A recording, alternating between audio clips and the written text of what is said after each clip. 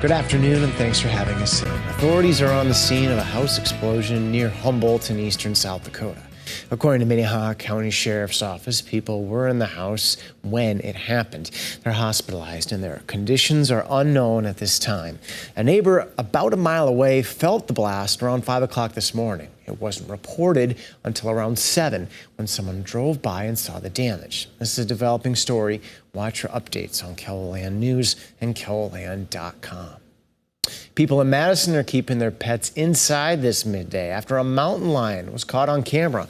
Local law enforcement shared video on social media showing the big cat strolling through town around 11:30 last night. We have a news crew in Madison today, and we'll hear from people in town tonight on KELOLAND News. Whether you're a mountain lion or anyone out there, it's a pleasant day for a stroll, wouldn't you say, Scott? Yeah, I like the way that story was. Just strolling neighborhood. Yeah, you know, exactly. Not in any particular hurry. But again, watch those pets for sure. True.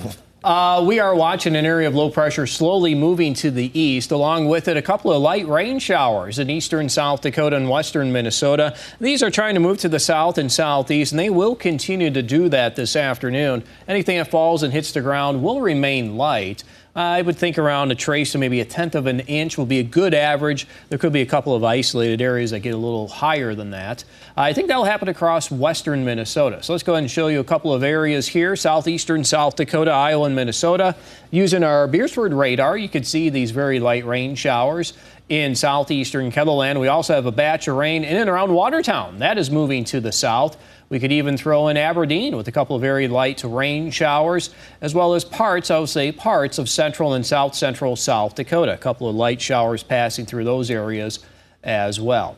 Temperature at 56 degrees in Sioux Falls. We have 55 in Mitchell. It's 57 in Laverne, 54 Brookings, 55 in Huron and in Aberdeen, 51 with a light rain shower in Watertown, 57 Pierre, and 59 in Rapid City. Our forecast for today showing highs in the 50s and 60s.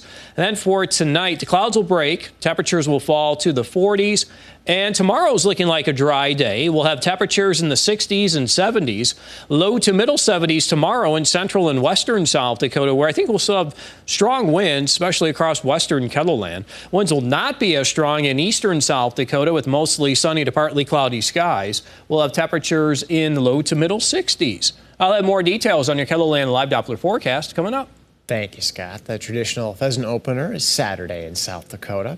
Hunters harvested nearly 1.2 million pheasants last season, and based on spring and summer weather conditions and initial counts, game fish and parks expect that number to increase this fall. Conservation officers also heard good things during last weekend's resident-only hunt.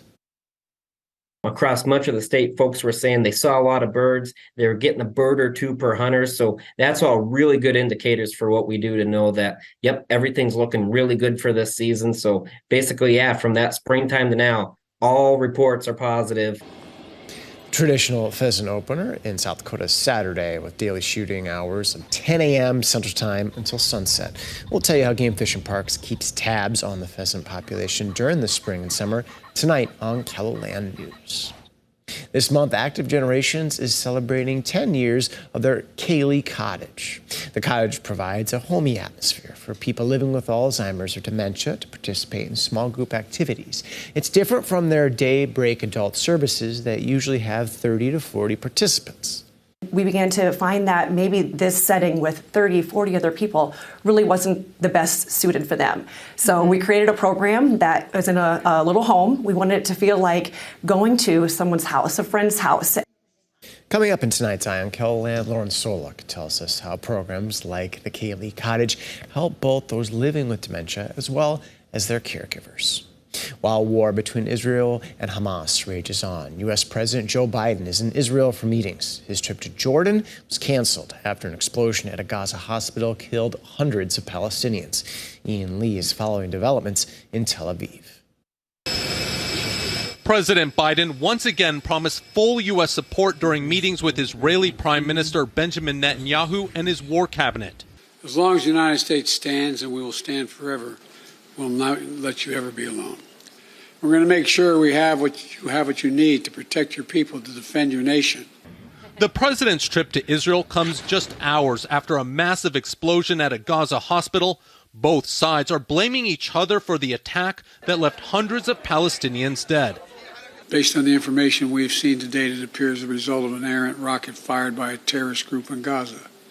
Many of the injured were brought to a nearby hospital, already overwhelmed with patients. They try to find a safe place, they try to find a shelter, and they have been attacked by a barbaric bombardment. Despite U.S. support, international pressure is mounting on the Israelis to scale back their blistering attacks as the death toll in Gaza climbs past 3,000. But with 1,400 Israelis dead and Hamas still holding about 200 hostages, including women and children, Netanyahu remains defiant.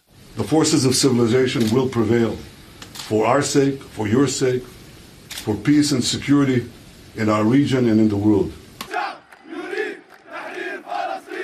Anger is spreading across the region. In the Jordanian capital Amman, protesters tried to storm the Israeli embassy. Many expect that rage to only grow while Israel keeps bombing Gaza. Ian Lee, CBS News, Tel Aviv. Reporters traveling with Biden asked what made him confident Israel was not behind the hospital strike, and he said data he'd been shown by the U.S. Defense Department.